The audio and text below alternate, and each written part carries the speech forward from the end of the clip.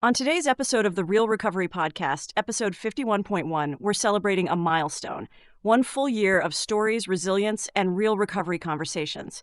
Join Julie and Peter as they reflect on a year's worth of incredible guests, unforgettable moments, and the impact this podcast has had on their own lives. From laughter to tears, from challenges to triumphs, this check-in is about gratitude, growth, and the power of showing up every single week. Whether you've been with us from the start or just tuning in, we're so grateful to have you on this journey. Let's dive in. Can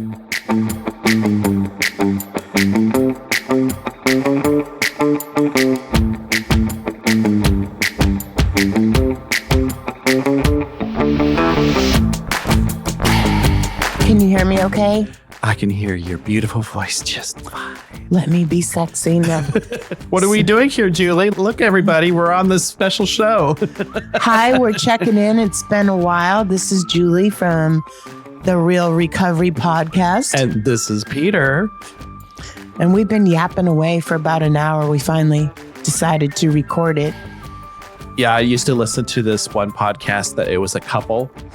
And all day long, they'd start conversations and then they'd say, wait, save it for the podcast. Because then they wouldn't have anything to talk about when they did their podcast. Their podcast is basically just about day-to-day stuff, but they were so funny together that it was just super entertaining. Shout out to Don and Drew.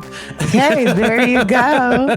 People say we're funny when we're doing the check-in. We were talking about that last night, and that sometimes some of the stuff people go through on the podcast is just overwhelming. Luckily, they wouldn't be here if it doesn't have a happy ending. Right. But yeah, some of the stories can be very overwhelming. And some of them, and I've experienced this myself, listening to an interviewee talk about their story and starting to get like stomach pains and getting nervous and anxiety. And that's, wait a minute, that's not my story. Look, you know which one. Get it for me, because I literally had to get up and go to the bathroom because I had a stomach ache. It is because it's real. And my life is real. Your life is real. And even though we have different drugs, the feelings, I think, are still the same. They're shared. There are a lot of shared feelings. Yeah.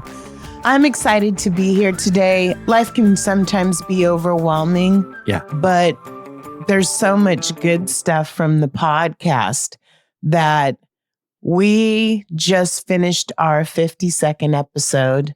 Yes. Which... 1 a week. So that's 52 weeks, 1 year. And honestly, it's consistency. Plus, I think we've brought them from all areas.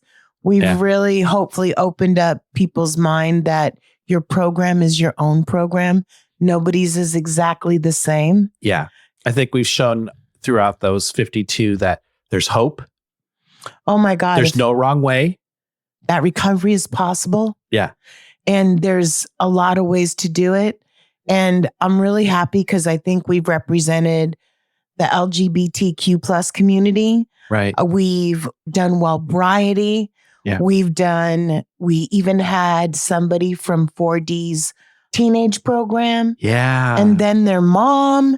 And bipolar. Right. Eating disorder. Dual diagnosis, which that's going to continue. We have some surprise shows coming up. We are. We got some really good ones coming up. And we've had treatment centers, Another Chance, Celio, 4D.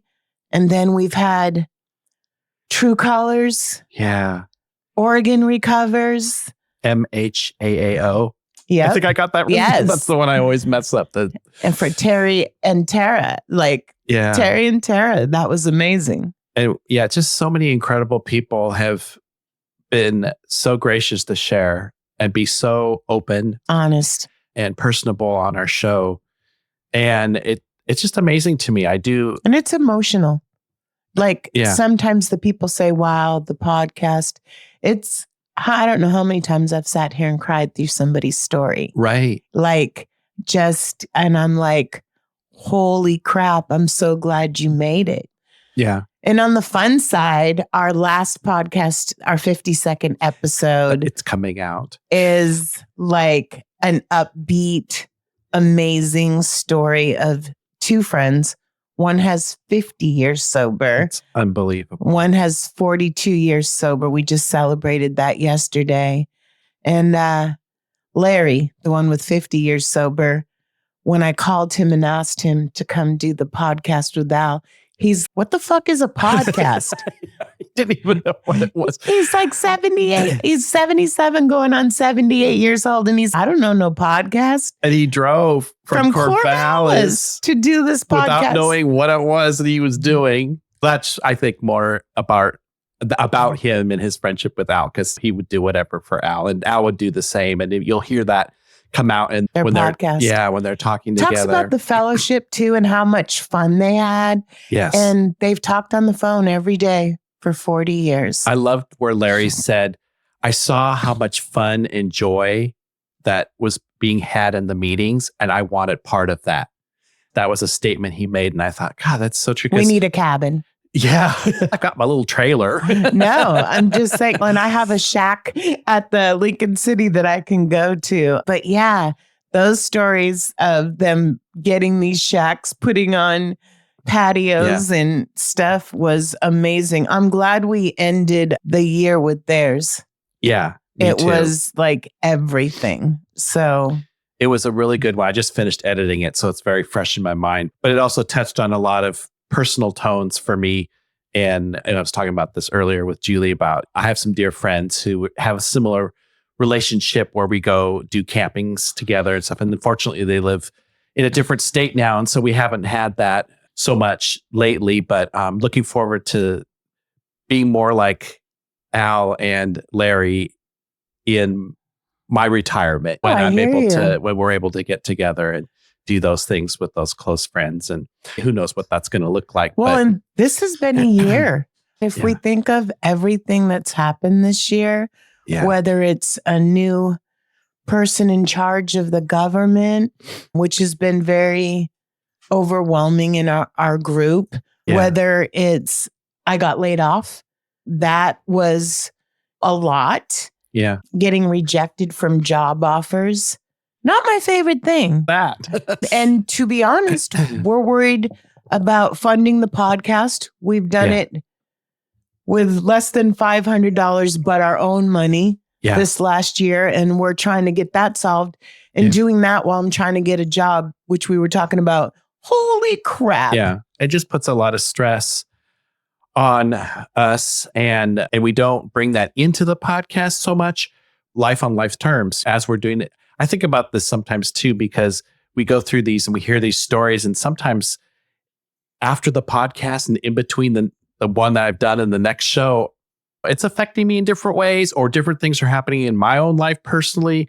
And it brings back memories. Yeah. And it brings back memories. And so it's a lot. And then also the responsibility of what we're doing. I don't know I fully understood what that would mean to me until I had one of our guests approach me and say, I almost called you to pull the show because I had someone who was in my life before I got sober, threatening me, contacting me because they saw that I was going to be on the show. And that scared me. I was like, ooh, that's a responsibility I did not think of. And luckily it all worked itself out in a positive way. But it's huge. It's not just an entertainment thing we throw out there. This is real life, true life stories. And dramatic. Yeah. Very much so. Yeah. On the upbeat side, we have met some of the most fantastic people in the world that are resilient, strong, and have found recovery in so many different ways. It's been amazing.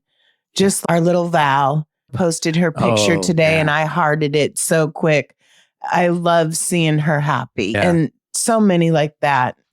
And I will tell you, this year's been a learning experience for me, not just with the podcast. I went to CRM class just to be more qualified here, right? To know how to handle situations. And CRM stands for Certified Recovery Mentor. And I think sometimes we do that here on the show as well, to be honest with you. And I learned so much there that I didn't know. That's where I met Jared. That's where I met Robert. That's where I met Elton. I already knew Amanda, who's the coolest and fed us the best. If we're just saying food, Amanda fed us the best. And she's given us the best sweatshirts I have a True Colors collection. I think our Real Recovery shirts are pretty cool. They're getting popular. They're in Australia. Yeah. My brother was modeling it for me on a post he sent me. And he said, I'm wearing it again. I called him the other day and he's like, yeah, I'm wearing it again. Your shirts are so comfortable. I love them. That's what I hear. And let me tell you, Al showed up for his 42nd birthday in his Real Recovery that's podcast. So awesome. And then I go to another chance for the Tuesday night meeting. Shout out to Colette, our board member, who has put her heart and soul in this newcomers meeting. And the goal is to get them from treatment to a solid foundation, whether that's AA, NA, whatever it is. But she gives them a chance to chair a meeting with no wrong or right. They get to ask questions. And having 3 of them show up with Real Recovery podcast shirts what is amazing. An honor. Yeah. What an honor that is. To be there with my sponsor, 46 years, my chica, my daughter, who's going to have 9 months. That's so next cool. Wednesday. Oh, how wonderful. Colette and me, like in this small little meeting. And the fact that my daughter wants to go to a meeting with me. That's amazing. I would have never gone to a meeting with my mom. Okay. Like she'd have to pay me. I'm just saying, nor would I have been honest and spilled my shit to her. Yeah. Yeah. And when Cassandra chaired, I was like, but I made sure I didn't say anything. I just didn't look at, I was She'd be like, Mom. I was so proud of her. And she started off, I don't think my mom knows this. Uh-oh. And I was like, oh, here we go.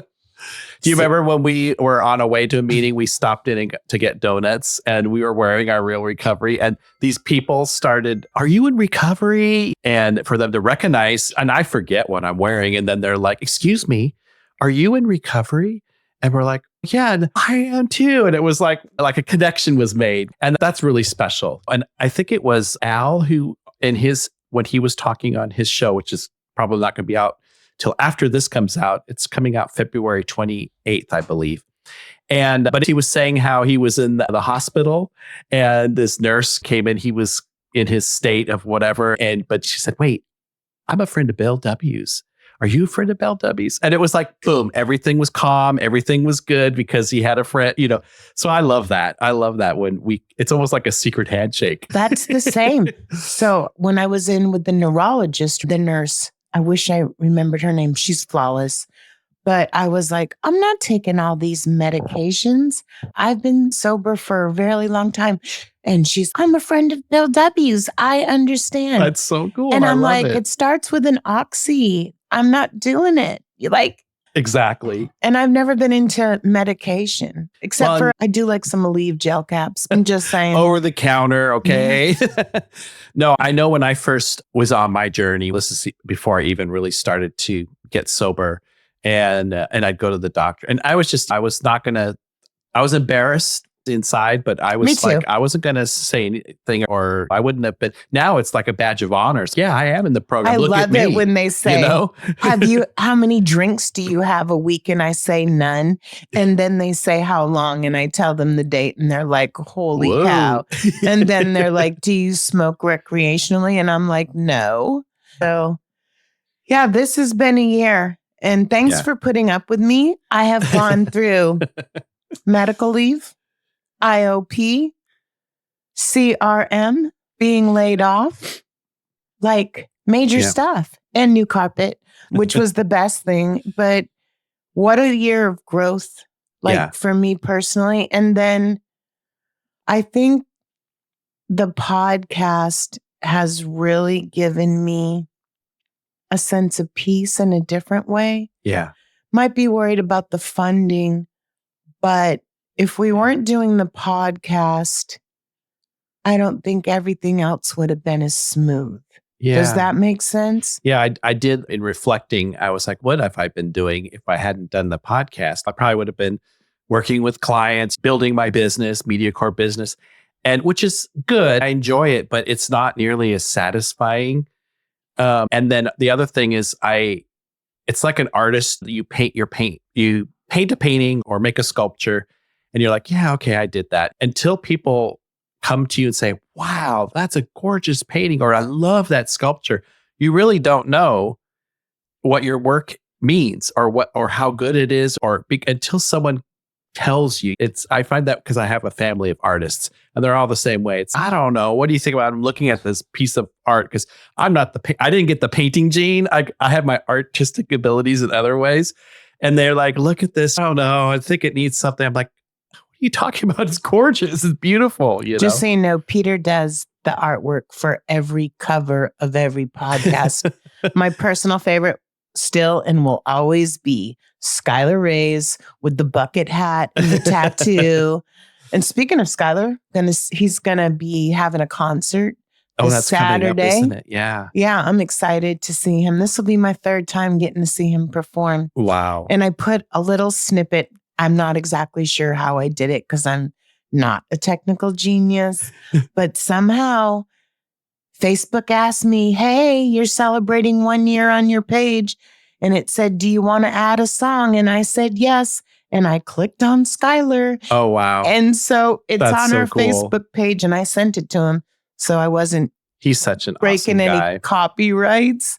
But yeah, to hear from people who listen and some people who depend on our shows coming out, that's why I've been so animate about dedicating every week we will produce a show, a story, and to get that feedback. And I don't think people know that we have worked our life, like we just said, CRM class, IOP, your clients, holidays. We have woven this podcast, like in IOP at night, do podcasts during the day, right?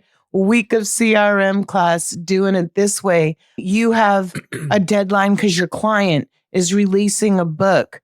Like, people don't understand how busy Peter's Mondays are so that he can free up a day. And then honestly, the first 6 months, I'm working.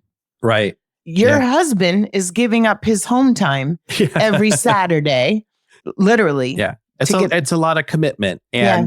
But the first year we said, we're going to do this. We're going to get out there. We're going to prove. And it was personally for me, it was just a proof. Can I really do this? And I think it's come to fruition. And now that we've passed that year, we're ready to hopefully get some funding so that we can continue not be so stressed. And like we're out of small t-shirts. We need to buy more small t-shirts, things like that to keep the podcast going and keep it fun. And we'd like to do more events. And so we'd like to have more materials to put with our booth. We want the stand-up sign. Yeah, we'd love to. It'd be so cool to take photos with some of our... We have a cardboard. We have like... I made this. This is the fun part. We have the kind you turn in with your project in high school. Peter made it. And we have the little easel that I do know how to fold up now and get it right. But we have a wagon that we carry things into, and we got a flag. We did an extra about Advocacy Day, and we had 4 executive and then us directors. 2. So 6 people. And to get the mics to work, I only have 3 really good mics, but it came off, and I managed to scrounge up a couple extra mics and stuff. But it'd be nice just to have that equipment, right? So we wouldn't have to scrounge and stress, and I wouldn't have to. It also takes a lot more time to edit when you're not using proper equipment because you have to edit out the background sound or the hissing or whatever it is. And Peter's used to having a setup guy and all this other stuff. My real job. Instead, he's got Julie willing to carry the wagon halfway or downhill. And so it's been different. Yeah. But I have to tell you, what was wicked cool about that podcast is that they all came together for us in this avenue. And then in my nighttime meeting, I go to a lot of meetings still, but in our nighttime meeting, Robbie was like, I signed up for Advocacy Day because of the podcast. That's awesome. Just like Dan B. I won't say his last name because he's on the thing. So he goes hiking every weekend or out somewhere, and he goes with our podcast. And he's not very much out in recovery professionally, which I wasn't for a long time. But I love it when he says, I just live by the podcast. And I think that's so awesome. We have so many good people coming up. Yeah, it's going to be fantastic this year, I think. And I do believe, even though you get stressed about it and think about it, but I have to believe that we will be okay and we will get the funding that we need. And because, we're not looking to be millionaires. We just want to keep this going. Yeah. And also with all that we said about people and how they appreciate the show, if you could just put that on our comment page, that would be so meaningful, because as we approach sponsorships and grants and different people, that's so important to show them that look at our audience and look at how much this means to them. And I'll have a link in the show notes so that it's just a click away and it's a real simple form. Just give us a rating and stars and just. It's really simple because I can do it. Yeah. And give us a little comment like how you listen, where you listen, what it means to you. That would just really mean the world to us if we could get some of that feedback just in hard copy, if you will, so that we can have something to present to people that we're approaching that may be able to help us. So what was your favorite moment of this year? Maybe 3. That's so difficult because there's so many. Every show means something different. Some of the events we went to, I'll never forget the Recover Out Loud, where it's just, I'm like, oh, sure, we could go and interview people. And all of a sudden the band starts playing and all this. And I'm like, holy crap, how am I supposed to make this happen? And did you ever think you were going to interview Futuristic, the rapper, that night? No, I had no clue. And so that sticks out in my memory. And of course, I'd associate with Skylar Ray because he was there, one of the performers. And I just love that guy. And he did both of my favorite songs. Back to the Old Me and Walk on Water. Those are my, probably because he sent us the CD and I have them in my car. Oh. Yeah, Sky's dropping new music like every 2 weeks. Like he's such an awesome dude. I try to catch up, but because I have those 2 in CD and you know how old school I am, I'm riding around with Brandy, New Edition. I'm just saying. SZA, that's probably the newest one. Yeah. My girl. I don't know if I could, the rest of the shows, it's just really hard to pick any favorites. I've been touched by so many of them in different ways. Elton's was amazing because of where she came from and where she is today. But then there's so many others that have had similar experiences. So it's really hard to pick anything that sticks out in my mind. How about you? So actually, different ones for different things, like you said. Everybody's inspiring. Okay. Yeah, no doubt. Everybody is inspiring big time. And everybody comes from a different space. As a woman, which you are not. And I'm sure some of the guys from our group inspire you more because you've been through some of the same things as them coming out. Shared experiences, definitely. So Colette's the first one that set me on my ass. Wow. I had heard her story a ton of times, but I had never heard her podcast. Colette, and this just happened again this last 2 weeks, and she teaches me so much. My crew, when I met Colette, the average age was 60 plus, maybe 70. I'm just being honest. I roll with the old timers. They're a safe place for me. They're my foundation. I love them. It's just, that's what I've always rolled with. And meeting Colette and counting her days sober with her, and she was in treatment during the day and then came to the nighttime group every night. And that's when I went through IOP the first time.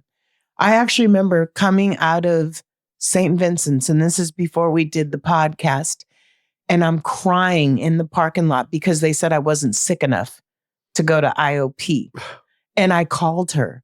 And then I went to Al's. I called her, and then I went to Al's and got French toast.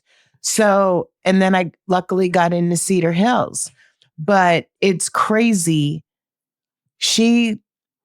Resentments that I've had for a long time. She's, no, you just got to forgive. And I'm like, how do you do that? She goes, that way I don't let them win. If I keep them with me. That's awesome. And so I keep practicing. It's what I was telling our friend last night, right? When you have a resentment, you have to look at what makes you feel uncomfortable. And that's been the case with the podcast as well.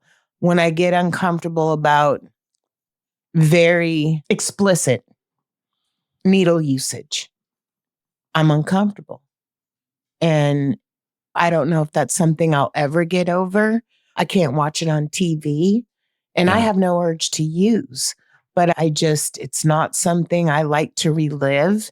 And so Colette's was life-changing for me to know that this woman had gone through some pretty horrendous stuff. Oh, yeah. Her childhood was no better than mine. And actually, mine was better than hers. I had clothes. I went to a good school. I had consistent housing. So that one was really there for me. Elton's I cried during half of that. Mm-hmm. So there's that one. Erin from our group. Oh, yes. She's amazing. And little Val. These stories encourage me like in a different way. Mm. I have more sobriety than most of them put together. Okay. Right. But their courage and their fearlessness helps me get through the client situation on TV, which was very dramatic for me this year for 3 weeks. It really was. So for those of you who don't know, I got in trouble for the escort service. Never had to deal with a client in all 30 years. And then one showed up on TV and it triggered a lot of memories. Luckily, I was in IOP and therapy and I called Peter freaking out. So, but processing those memories and knowing you're not the only one that's gone through some of those sexual things has been really helpful to me. And then when Judd shared, this big man that went to a Catholic school just like me, into sports just like me, but had some of the same things, I felt so connected. I don't know. And Skylar has probably been the most infectious, positive, crazy relationship. And when he said Paranoia Park, I'll never be the same.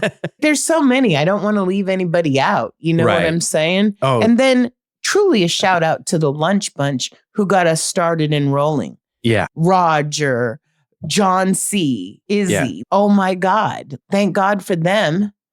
And we just had Lacey, another good one. Oh yeah, hers was another one that was so powerful for me too, and touched on personal things that I have in my own life going on, and just to hear how she worked through them in her life.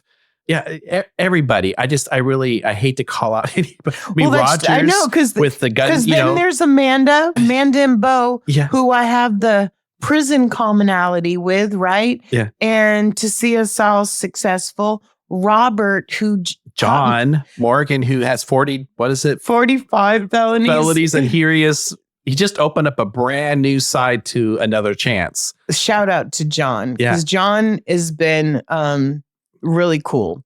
It's just, these people are amazing. And I said this the other day, it was after Advocacy Day, when I was like, I have to pitch myself. Like, these people are in my house talking on my show. I actually have a show. This is just beyond reality for me. And speaking of that too, Robert Sanders, he's now in charge of the children's program at 4D.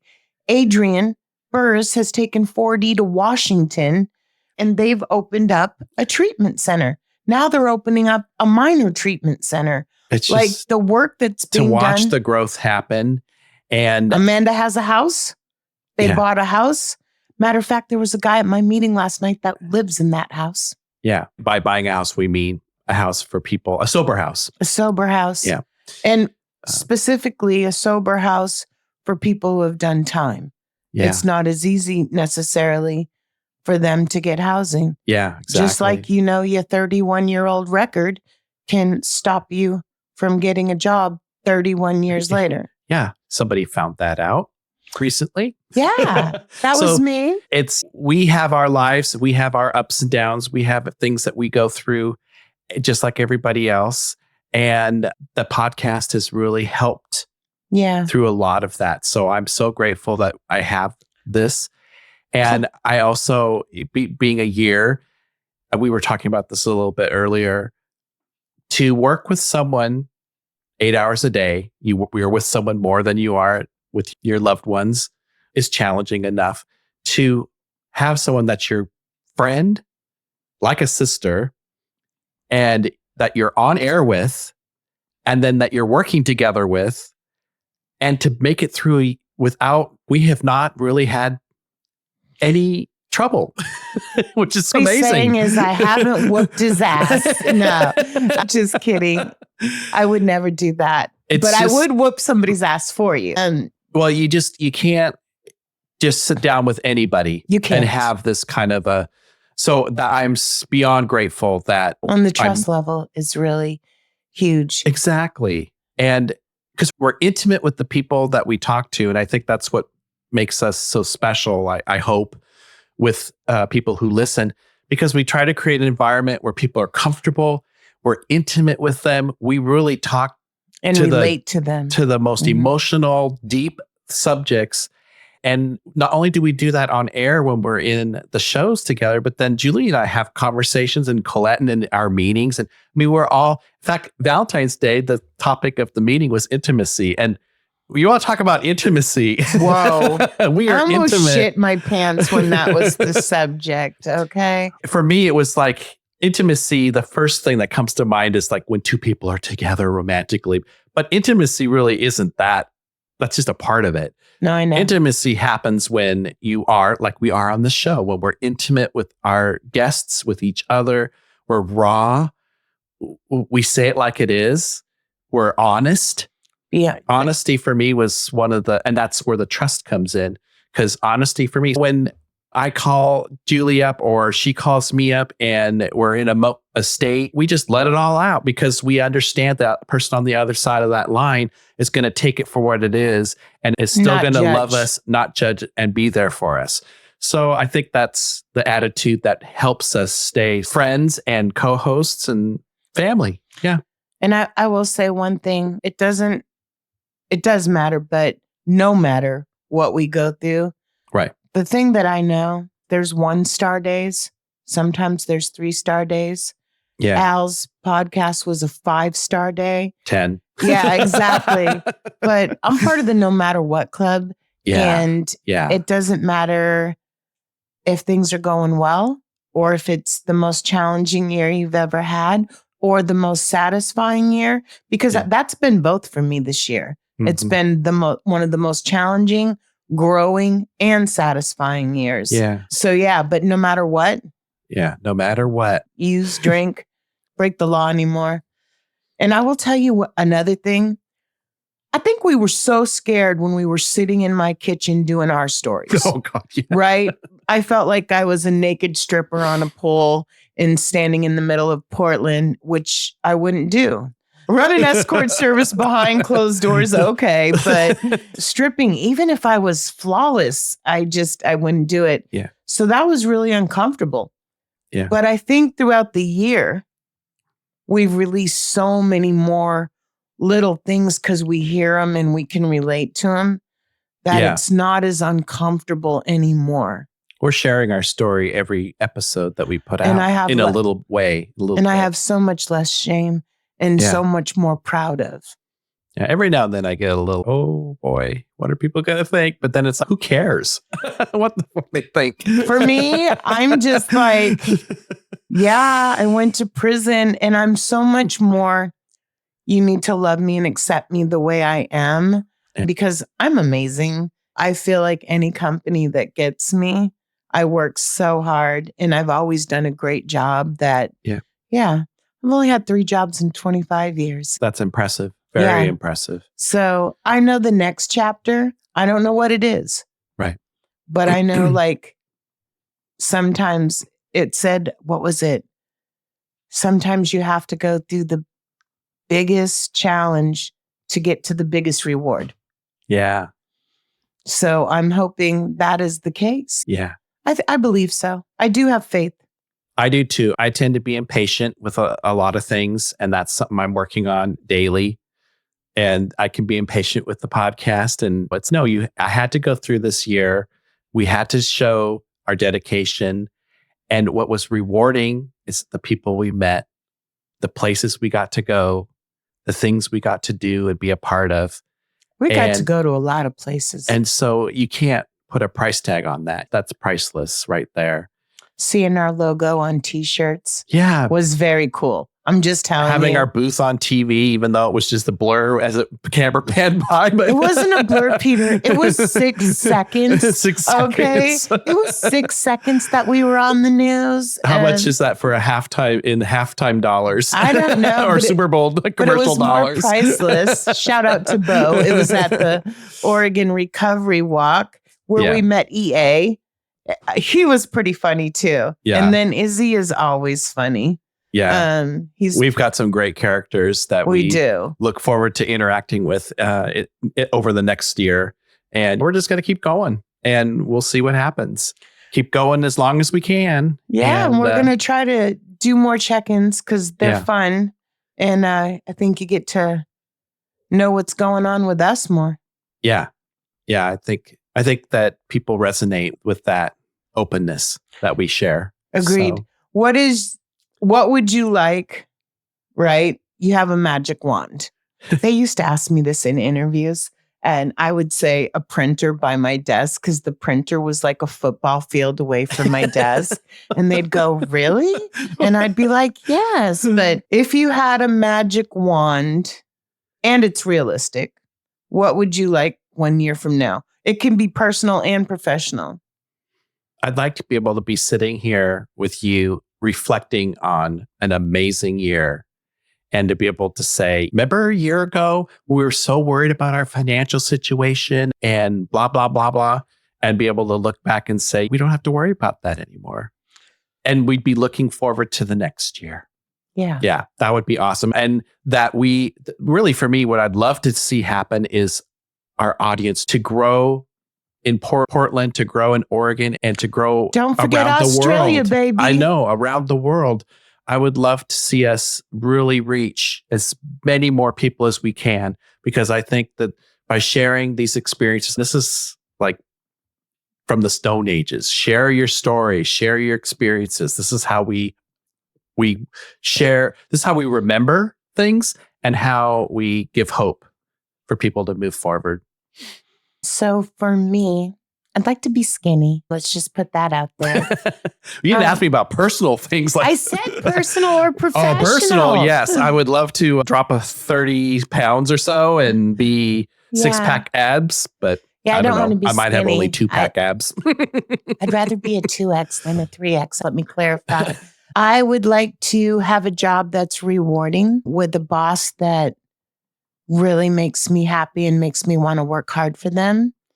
I would like balance between work and the podcast.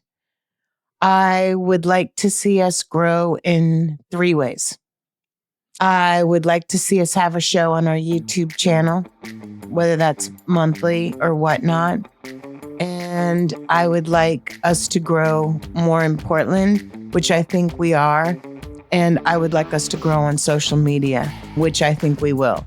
I would also like to continue to carry the message in many different ways. And we're going to expand that this year anyway. We already started. We're going to have a dual diagnosis CEO on. We have Criminon coming up. Yeah. The founders are Criminon. So we'll keep expanding in that way. And then, and I'd like to be celebrating Al's birthday again this next year. I didn't think we were going to be able to celebrate it this year. Yeah. When I was feeding him peanut butter cups in the hospital. So to celebrate it and do the podcast was a freaking miracle. And I'd like another year of that as well. Yeah. And I'd like my daughter to still be sober and really get that foundation. So yeah, it's a lot of wants, but I think they're all possible and realistic. I believe so. And I'm going to keep that faith. Me too. And I use creative visualization. So I'm just going to keep visualizing us there. My whole life, I believe that hard work pays off, sometimes quickly, sometimes slowly. But just like it says in AA, it will always come to fruition if you work for it. Yeah. Thank you, Julie, for being a part of all of this with me. Thank you as well. And thank you for taking our vision and making it technically possible. Yeah. I couldn't have done that. I couldn't do it without you either. So not to get emotional here, but yeah, I'm not crying today. I cried a lot yesterday. There you go.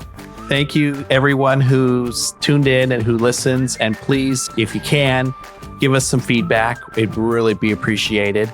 and listen. Thanks for listening. Have a good day.